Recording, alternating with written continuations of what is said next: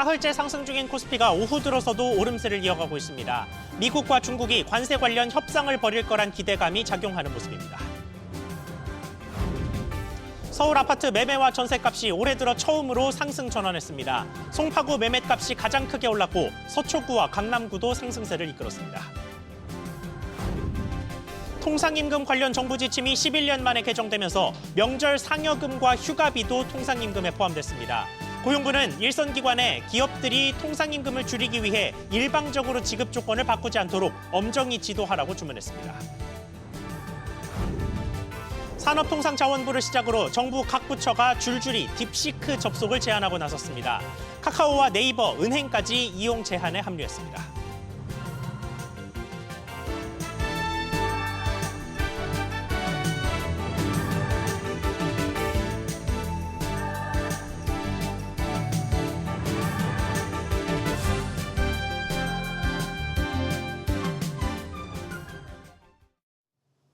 여러분 안녕하십니까? 뉴스 시작하겠습니다. 사흘째 상승 중인 코스피가 장중에 2,530선도 넘어서면서 순항하는 모습입니다. 환율도 1,450원 아래에서 움직이면서 비교적 안정된 모습입니다. 시장 상황 먼저 짚어보겠습니다. 이정민 기자. 네, 이정민입니다. 네, 코스피 오후 흐름 어땠습니까?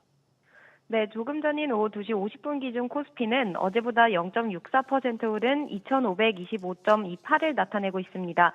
외국인이 2,500억 원, 기관이 700억 원 넘게 매수하면서 지수를 끌어올렸습니다.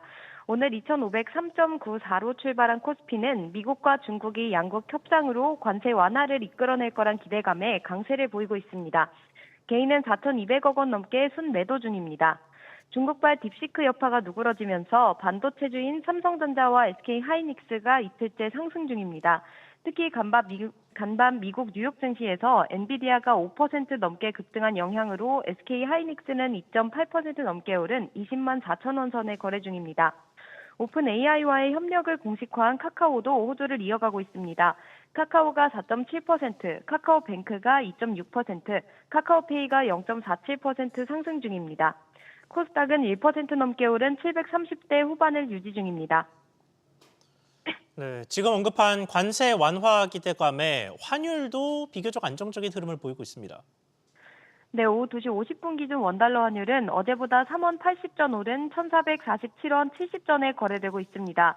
오늘 1,445원 50전에 거래를 시작한 환율은 어제 미국 ISM 서비스업 구매 관리자 지수가 예상보다 부진하다는 점과 관세 완화 기대감에 하락했습니다. 아시아 증시는 일제히 상승 중입니다. 일본 니케이, 홍콩 항생, 중국 상해종합, 대만 가권지수 모두 소폭 오르고 있는데요. 일본 니케이 지수는 0.47% 오른 3만 9천 선에, 홍콩 항생 지수는 0.53% 오른 2만 700선 초반에, 대만 가권지수는 0.26% 오른 2만 3,220선 초반에 거래 중입니다. SBS 비즈 이정민입니다. 지난해 어려웠던 내수에도 경제를 이끌었던 수출 덕에 외국과 거래한 물건이나 서비스를 집계한 경상수지도 역대 두 번째로 큰 흑자를 냈던 것으로 나타났습니다. 자세한 수치 알아보겠습니다. 신채연 기자. 지난해 경상수지 거의 1,000억 달러에 육박했죠. 네, 지난해 연간 경상수지는 990억 4천만 달러 흑자로 한국은행의 전망치인 900억 달러를 넘어섰습니다. 2015년 1,051억 달러 흑자에 이어 역대 두 번째로 높은 수준입니다. 지난해 12월만 놓고 봤을 때는 경상수지가 123억 7천만 달러 흑자로 12월 기준 역대 최대치를 기록했습니다. 항목별로 보면 가장 큰 비중을 차지한 상품수지는 지난해 연간 약 1,000억 달러 흑자를 냈습니다. 수출은 1년 전보다 8.2% 증가한 반면 수입은 1.6% 줄어든 영향입니다. 네, 특히나 반도체가 수출 호조를 이끌었죠. 네, 그렇습니다. AI 관련 반도체 수요가 커지면서 지난해 반도체 수출은 1년 전보다 43% 증가했습니다. 이외에도 선박과 정보통신기기의 수출이 10% 넘게 늘었습니다. 우리 국민이 해외에서 벌어들인 돈에서 외국인이 국내에서 번 돈을 뺀 본원소득 수지도 지난해 266억 달러 흑자로 전체 경상수지 흑자에 기여했습니다. 서비스 수지와 이전 소득 수지는 각각 237억 달러, 40억 달러 적자를 기록했습니다. 한편 수출 호조가 올해에도 이어질지는 미지수인데요. 트럼프 미국 대통령의 관세 인상 조치가 우리나라에도 적용될 경우 수출이 크게 타격받을 수 있다는 우려가 나옵니다. SBS 비즈 신채원입니다. 지난해 이어지는 고금리 상황 속에서 홀로 웃던 금융권에서는 신한금융의 실적이 발표됐습니다. 은행은 6년 만에 실적 1위 자리를 탈환했는데 증권사의 대규모 투자 손실로 그룹 전체 실적으로는 최고치 경신에 실패했습니다. 정동진 기자. 네, 정동진입니다. 네, 신한금융그룹 실적 어땠습니까? 네, 신한금융그룹은 지난해 연간 4조 5,175억 원의 순이익을 기록했습니다. 전년 대비 3.4% 증가했지만 2022년 실적을 넘지는 못했습니다. 지난해 신한투자증권에서 ETF 선물을 거래하면서 발생한 1,357억 원 규모의 운용 손실과 희망퇴직 비용 등이 반영된 영향으로 풀이됩니다. 앞서 실적을 발표한 KB와 하나금융은 역대 최고 실적을 경신했습니다. 이로써 리딩금융 자리는 역대 최초 5조 클럽에 가입한 KB금융이 차지했습니다. 한편 신한금융은 주당 배당금 540원과 함께 5천억 원 규모의 자사주 소각을 결정했는데요. 주주 환원의 기반이 되는 보통주 자본 비율에서 13.03%의 양호한 수치를 기록한 덕분으로 풀이됩니다. 네, 이게 그룹 중에 은행만 따로 떼놓고 봤을 때에도 누가 리딩뱅크를 차지할 수 있을 것인가, 이게 관심사였는데 어떻게 됐습니까? 신한은행이 차지할 것으로 보입니다.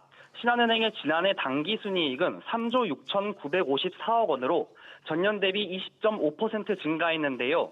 지난 2022년과 2023년 리딩뱅크였던 하나은행의 작년 당기순이익을 3천억 원 넘게 추월했습니다. 한편 현재까지 실적을 발표한 세 금융지주들의 순이자 이익 합산액은 전년 대비 1조 1천억 원이 넘게 늘었는데요. 내일 발표할 우리금융까지 합하면 또 사상 최대를 경신할 전망입니다. 지난해 시중은행들이 가상금리를 끌어올리며 이자 장사를 한다는 비판이 현실이 된 모습입니다. SBS 비즈 정동진입니다. 지난해 말부터 제자리 걸음을 이어가던 서울 아파트 매매 가격이 2월 들어 상승 전환했습니다. 다만 전체적인 분위기가 살아난 건 아니고 일부 선호 단지를 중심으로 가격의 상승이 이루어졌습니다. 류정현 기자. 네, 유정현입니다. 네, 아파트 매매 가격 전반적으로 어떻게 올랐습니까? 네, 일단 전국 아파트 매매 가격은 2월 첫째 주 지난 3일 기준으로 전주보다 0.04% 떨어졌습니다. 이전 수치가 0.05% 하락이었는데 여전히 하락세긴 하지만 낙폭은 조금 줄인 겁니다. 서울은 새해 처음으로 상승했습니다. 지난주 서울 아파트 가격은 전주보다 0.02% 오른 것으로 집계됐습니다. 지난해 12월 마지막 주 보합세로 전환한 이후 새해 들어 계속 제자리 걸음을 보였는데 5주 만에 상승 전환한 겁니다. 서울 아파트 전세 가격 변동률도 0.01%를 기록하면서 올 들어 처음으로 우상향하는 모습을 보였습니다. 네, 부동산 침체 분위기는 사실 여전한 것 같은데 서울 아파트 가격이 이렇게 상승한 이유는 뭡니까? 네, 말씀하신 대로 여전히 대출 규제와 탄핵 정국 그리고 계절적 비수기 영향으로 관망세는 이어지고 있는데요. 다만 재건축 추진단지를 비롯한 선호 단지, 선호 지역을 중심으로 상승세를 기록한 점이 영향을 미쳤습니다. 특히 강남 3구 중 한 곳인 송파구의 아파트 매매 가격이 전주보다 0.13% 오르면서 서울시 전체 지역구 가운데 상승폭이 가장 컸고요. 서초구와 강남구도 각각 0.06%, 0.03% 오르면서 서울시 전체 평균을 웃돌았습니다. 실제로 지난달 2일 강남구 대치동의 레미안 대치팰리스 1단지는 전용 면적 114제곱미터 매물이 52억 9천만 원에 거래되면서 신고가를 경신하기도 했습니다. SBS 비즈 유정현입니다. 근로자 통상임금의 범위가 확대됩니다. 앞서 대법원이 판례를 변경한 내용을 고용노동부가 지침에 반영하면서 명절 상여금 등이 통상임금에 포함되게 됐는데 앞으로 노사 간의 혼란이 예상됩니다. 서주연 기자. 네, 서주연입니다. 네, 통상임금의 범위 구체적으로 어디까지 확대되는 겁니까? 네, 명절 상여금과 휴가비, 체력 단련비 등이 통상임금에 포함됩니다. 정기적인 지급이 확정돼 있는 정기상여금은 여전히 통상임금에 해당합니다. 반면 근무 실적을 평가해 지급 여부나 지급액이 결정되는 성과급은 통상임금으로 인정되지 않습니다. 또 경영 성과 분배금, 격려금, 인센티브 등 기업 실적에 따라 일시적으로 지급되는 상여금도 같은 이유로 통상임금에 포함되지 않습니다. 이는 앞서 지난해 말 대법원이 조건부 정기 상여금도 통상임금에 포함된다는 취지의 판단을 내놓은 데 따른 겁니다. 네, 경영계는 비상이 걸렸죠. 네, 한국경영자총협회에 따르면 연간 6조 8천억 원의 추가 인건비가 발생할 것으로 추산됩니다. 통상임금은 연장 근로수당, 야간 근로수당, 휴일 근로수당, 육아휴직급여, 퇴직금 등 법정 수당 산정을 위한 도구입니다. 고용노동부는 개정된 통상임금 노사 지도 지침을 내놨는데요. 대법원 판결에 따른 현장의 혼란과 갈등을 줄이기 위한 것으로 새 지침은 지난해 12월 19일 이후 통상임금 산정부터 적용이 됩니다. SBS 비즈 서주현입니다. 우리 정부 부처와 기업들이 중국 딥시크 사용을 제한하고 나섰습니다. 보안 안전성 우려가 있는 만큼 민감한 개인정보들이 중국으로 유출될 가능성을 차단하기 위해서입니다. 최지수 기자, 정부에서는 어느 부처가 딥시크 사용을 차단했습니까? 네, 산업통상자원부가 부처 중 처음으로 업무망에서 딥시크 이용을 막았습니다. 이어서 외교부와 국방부도 접속을 제한했고요. 조금 전 환경부, 보건복지부, 경찰청도 차단하겠다고 밝혔고 기획재정부도 이용 제한을 검토 중입니다. 딥시크의 보안 안정성이 확인될 때까지 이용을 제한하겠다는 취지입니다. 실제 딥시크 약관에 따르면 AI 모델의 학습을 위해 이용자가 입력하는 각종 정보를 중국 내 서버에 저장할 수 있다고 돼 있는데요. 특히 키보드의 입력 패턴이나 오디오까지 폭넓게 수집하는 것으로 알려져 우려를 키웠습니다. 외교부 등 해당 부처들은 안보와 통상 분야에서 민감한 기밀 정보를 많이 다루는 만큼 정보 유출 가능성에 대비해 빠른 대처에 나선 것으로 풀이됩니다. 또 행안부가 중앙부처와 지자체의 생성형 AI 사용에 유의해달라는 공문도 보낸 만큼 딥시크 이용을 제한하는 부처들이 더 늘어날 수 있습니다. 네, 정부 측뿐만 아니라 민간 기업들도 잇따라 딥시크 이용을 막고 있죠. 네, 그렇습니다. 카카오는 직원들에게 업무용으로 딥시크를 이용하지 말라고 공지했습니다. 사업적 기밀 유지 문제뿐 아니라 AI 경쟁이 치열해지는 상황에서 오픈 AI와 동맹을 꾸린 점도 한몫했을 것으로 풀이됩니다. 개인정보 보호가 특히 더 중요한 통신사에선 LG U+가 업무용뿐 아니라 개인 컴퓨터에서도 딥시크 사용을 자제해달라고 권고했습니다. 네이버 역시 기존 사내 가이드라인에 따라 딥시크를 활용할 수 없습니다. 또 금융권도 딥시크 차단에 합류하는 모습입니다. 국민, 우리은행에 이어 토스뱅크, K뱅크까지 딥시크 이용을 제한했습니다. SBS 비즈 최지수입니다. 국내 상장회사 5곳 중 한 곳은 올린 영업이익으로 대출 이자도 갚지 못하는 한계 기업인 것으로 나타났습니다. 한계 기업이 늘어나는 속도도 우리나라가 미국에 이어 두 번째로 빨랐습니다. 자세한 내용 취재기자 연결해 보겠습니다. 이한나 기자, 국내 상장사들 가운데 한계 기업이 많다고요? 네, 한국경제인협회에 따르면 한국의 한계기업 비중은 작년 3분기 기준 19.5%, 2,269 중 440곳으로 집계됐습니다. 한계기업은 영업이익을 이자 비용으로 나눈 이자 보상 배율이 3년 연속 2를 하회하는 기업을 말하는데요. 업종별로 살펴보면 부동산업, 전문과학기술 서비스업, 도매, 소매업, 정보통신업 순으로 한계기업 비중이 높게 나타났습니다. 특히 2016년 대비 작년 3분기 코스피의 한계기업 비중이 2.5%포인트 오른 가운데 코스닥의 한계기업 비중은 17.1%포인트 늘어나 더 큰 증가폭을 나타냈는데요.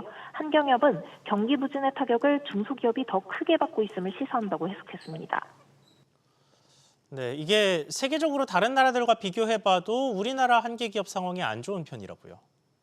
네, 그렇습니다. 작년 3분기 한국의 한계기업 비중은 미국에 이어 두 번째로 높았고 이어 프랑스, 독일, 영국, 일본 순이었습니다. 증가폭도 큰데요. 작년 3분기 한국의 한계기업 비중 증가폭 역시 2016년 7.2% 대비 12.3%포인트로 미국 15.8%포인트에 이어 두 번째로 컸습니다. 이 기간 한국 한계기업 수는 163곳에서 440곳이 됐습니다. 업종별로는 전문, 과학기술 서비스업, 정보통신업, 제조업, 도매 소매업 순으로 컸습니다. SBS 비즈 이한나입니다. 자, 이렇게 상장사들 상황을 봤으니 조금 더 직접적으로 투자와 연관돼 있는 소식들 연달아서 짚어보겠습니다. 국내 주식, 소위 국장은 믿을 게 못 된다라는 말이 개인 투자자를 중심으로 점점 크게 퍼지고 있습니다.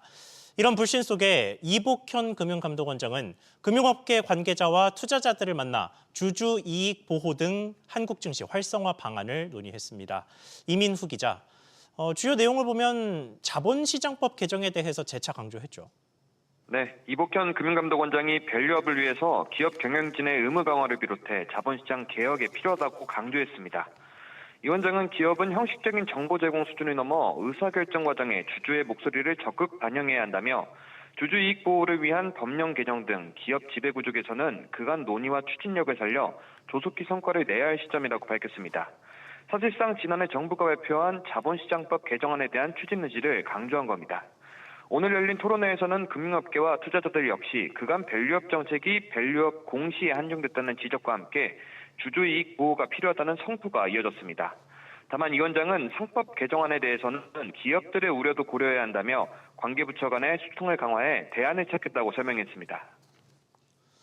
네, 사실 이번 정부의 참 역점 사업이었는데 그 결과물인 밸류업 지수 여전히 횡보세를 걷고 있죠. 네, 기업가치 재고 밸류업을 진행한 지 1년이 됐지만 코리아 밸류업 지수는 시작점인 1000보다 더 떨어진 상황입니다. 특히 국내 증시의 방향성을 주도하는 외국인의 이탈이 원인으로 지목됐는데요. 외국인은 지난해 8월부터 올해 1월까지 6개월간 총 23조 7,728억 원을 내답한 가운데 이번 달 들어서도 3거래일간 7,257억 원을 팔아제끼며 매도세는 지속되고 있습니다. 이 원장은 국내 증시 이탈이 심화되고 있다며 국내 증시의 장기적을 위한 인프라 개선에 나서겠다고 설명했습니다. SBS BG 이민우입니다. 2차 전지에 투자하는 상장지수 증권 ETN 상품이 처음으로 상장 폐지됐습니다. 한때 인기 테마주로 관심을 받다가 2차 전지 산업군 부진에 조기 청산되는 신세가 됐습니다. 자세히 알아보죠. 박규준 기자. 상장 폐지된 2차 전지 투자 상품 어떤 겁니까? 네, 2021년 삼성증권이 내놨던 이 삼성 레버리지 2차 전지 K-뉴딜 ETN이라는 상품입니다. 한국거래소에 따르면 이 상품은 실시간 증권당 지표 가치가 1,000원 미만으로 떨어져서 이 상장 폐지 요건에 해당돼 오늘 조기 청산이 됐는데요. 이 상품은 2차 전지 K-뉴딜 지수의 하루 수익률을 2배로 추종하는 상품입니다. 4일 지표 가치가 995원대로 1,000원 미만으로 떨어져서 조기 청산 사유가 발생했고요. 오늘부로 상장 폐지가 된 겁니다. 투자자들이 상환받게 되는 금액은 이 한 증권당 1,057원 90전인데요. 한참 비쌀 때 들어간 투자자라면 손실이 불가피하다는 게 한국거래소의 설명입니다. 네, 사실 2차 전지를 기반으로 해서 만든 종목들이 비슷할 텐데 다른 상품들도 퇴출 위기에 있겠습니다. 그렇습니다. 같은 지수를 추종하는 KB증권 상품도 위기입니다. KB 레버리지 2차 전지 K-뉴딜 ETN이라는 상품인데요. 이 상품은 이번 달 들어서 오늘 오전까지 무려 4차례나 조기 청산 가능성을 알리는 투자 유의 공시가 떴습니다. KB증권 상품까지 시장에서 만약 사라지게 되면 추종하는 지수는 다르지만 동일한 2차 전지 산업군에 투자한 ETF는 키움증권 상품만 남게 됩니다. 한국거래소에 따르면 지난해 말 기준 ETN 연간 수익률 하위 10개 종목 1, 2위가 앞서 말씀드린 삼성 KB의 2차 전지 ETN 상품이었는데요. 각각 수익률이 마이너스 75.9%, 마이너스 75.8%로 수익률 최하위를 기록했습니다. SBS 비즈 박규준입니다. 올해부터 외국 납부세의 공제 방식이 개편되면서 연금 계좌가 이중 과세 논란에 휩싸였습니다. 그러자 정부가 대책 마련에 나섰습니다. 문제를 해결하기 위해서 연금 계좌에 적용할 외납세 공제율을 새로 만들고 있다는데 어떤 내용인지 자세히 짚어보겠습니다. 정보윤 기자. 자, 일단 외국 납부세 공제 방식이 어떻게 개편된 거고 투자자들에게는 어떤 문제가 생긴 겁니까? 올 들어 외국 납부세 공제 방식이 개편되면서 연금 투자자들이 해외와 국내에 이중으로 세금을 납부한다는 우려가 제기됐는데요. 예컨대 기존에는 미국 기업이 배당금을 주면 15% 현지 세금을 내지만 우리 국세청이 세금을 일단 돌려줬고 나중에 연금을 받을 때만 세금을 냈습니다. 하지만 개편된 세제에서 선환급 절차가 빠지면서 배당금을 받을 때마다 세금이 제해져 복리 효과가 사라지고 또 연금 수령할 때 소득세가 붙다 보니 이중과세 논란이 일었습니다. 네, 해서 정부가 대책 마련에 착수했다고요. 네, 기획재정부는 연금 계좌에 적용할 외국 납부세 공제율을 업계와 함께 논의 중입니다. 현행 외납세 공제제도는 펀드별로 계산하도록 되어 있는데 연금 계좌엔 수십여 개의 펀드가 편입되어 있는데요. 연금 소득이나 이자 소득 등 모든 수익을 합산해 투자자가 연금을 지급받을 때 과세하는 구조인 데다 가입 기간이 길어질수록 누적되는 펀드 데이터도 그만큼 늘어날 수밖에 없습니다. 외납세 공제액을 계산하는 게 사실상 불가능한 겁니다. 정부와 업계는 새 공제율을 적용하면 이중과세 문제를 해결할 수 있을 것으로 보고 있습니다.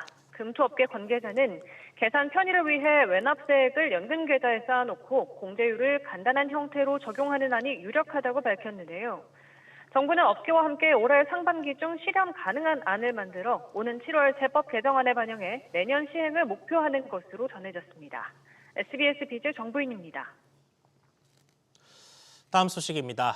티웨이 항공 인수를 추진 중인 대명소노그룹 측이 정기주주총회를 앞두고 법적 대응을 하며 압박 수위를 높였습니다. 양측의 지분율 차이가 크지 않아서 주총에서 표 대결이 펼쳐질 전망입니다.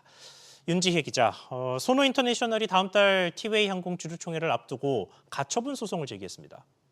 네, 티웨이 항공은 대명소노그룹 지주사인 소노인터내셔널이 지난달 대구지방법원에 티웨이 항공을 상대로 가처분 신청을 냈다고 공시했습니다.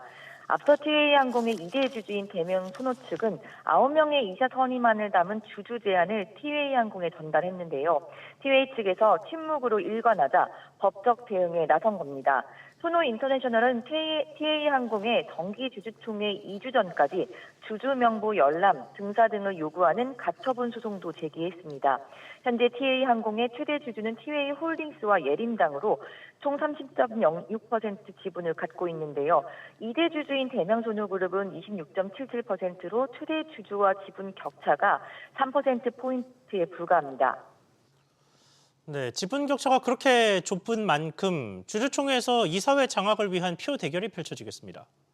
네, 대명소노 측이 제안한 이사 명단에는 서준혁 대명소노그룹 회장과 이광수, 이병청 소노인터내셔널 대표 등 소노 측의 인사 9명이 포함됐습니다. 현재 티웨이 항공은 이사회 정원이 최대 12명으로 현재 7명의 이사가 있는데요. 이 가운데 4명이 다음 달 임기가 만료되는데 3명을 제외한 나머지 9명을 대명소노 측 인사로 채우겠다라는 뜻을 분명히 한 겁니다. 티웨이 항공 사내이사는 정원근 대표이사를 비롯해 최대 주주인 예림당의 나성훈 부회장이 있습니다. 티웨이 항공은 공시에서 법적인 절차에 따라 대응할 예정이라고 밝혔는데요. 대명소노의 경영권 확보 시도에 티웨이 항공이 그간 무대응으로 일관했지만 다음 달 양측의 치열한 경영권 다툼이 예상됩니다. SBS 비즈 윤재입니다. 최근 들어 구스와 덕다운 패딩 등의 함량 논란이 불거진 가운데 저희 SBS 비즈가 공인 연구기관의 분석 결과를 입수해 살펴봤더니 불량 패딩들이 또 무더기로 적발됐습니다. 문제의 패딩들은 네이버와 에이블리 등 유명 온라인 쇼핑몰에서 버젓이 판매됐습니다. 단독 취재한 기자 연결해 보겠습니다. 최윤하 기자, 문제의 제품들 어떤 거였습니까? 국가공인 연구기관인 PT 시험분석연구원이 시중에 유통되는 주요 패딩 제품들을 시험 분석한 결과 8개 제품이 가품으로 판정됐습니다. 네이버 플러스 스토어에서 판매하는 100% 거위털 여성 구스다운 롱패딩은 거위 솜털 비율이 90%라고 광고했지만 시험 결과 50%에 불과했습니다. 카카오 스타일의 지그재그에서 판매하는 덕다운도 오리 솜털 함량이 90% 이상이라고 표기했지만 실제로는 43%였고 또 다른 덕다운 제품도 오리 솜털이 80%라고 한 것과 달리 52%에 그쳤습니다. 규격 기준상 솜털 함량이 75%가 넘어야 다운이라고 표기할 수 있는데요. 기준 미달 제품들을 다운 패딩이라고 판매한 겁니다. 관련해 네이버 측은 해당 판매자 소명을 거쳐 조치하는 한편 다운류 제품과 관련한 정책 강화를 준비 중이라고 밝혔습니다. 네, 그리고 확보한 자료를 살펴보니까 이물질이 다량 섞여 있어서 검사조차 불가능한 제품도 나왔다고요. 네, 연구기관에 따르면 오리나 거위의 표피나 비늘, 지푸라기, 모래 등 이물질 함량이 5%를 넘기면 제대로 된 검사를 진행할 수 없습니다. 신세계의 W 컨셉 등이 오리털 100% 함량이라고 판매하는 제품은 시험 과정에서 이물질 기준을 초과해 검사 불가 판정을 받았습니다. 에이블리에서는 무려 4개의 제품들이 문제가 됐는데요. 오리털 100%라고 광고한 제품 2개, 거위털 100%라고 광고한 제품 2개 모두 털 이외의 이물질을 포함한 것으로 조사됐습니다. 최근 이랜드와 무신사, 이마트 등에서 판매한 패딩 제품도 혼용률 문제가 불거지면서 소비자 피해 대책이 시급하다는 지적이 나오고 있습니다. SBS 비즈 최윤아입니다.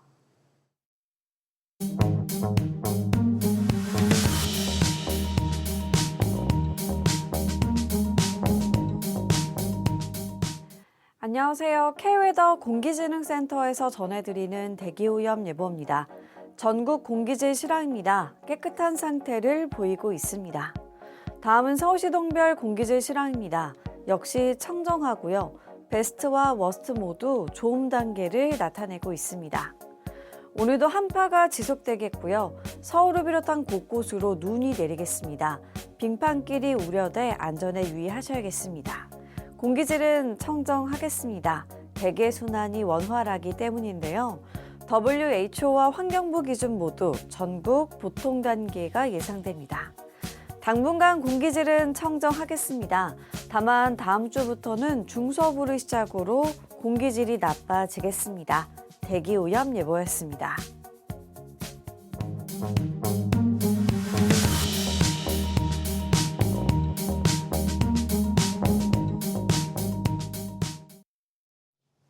뉴스 마치겠습니다. 시청해 주셔서 고맙습니다.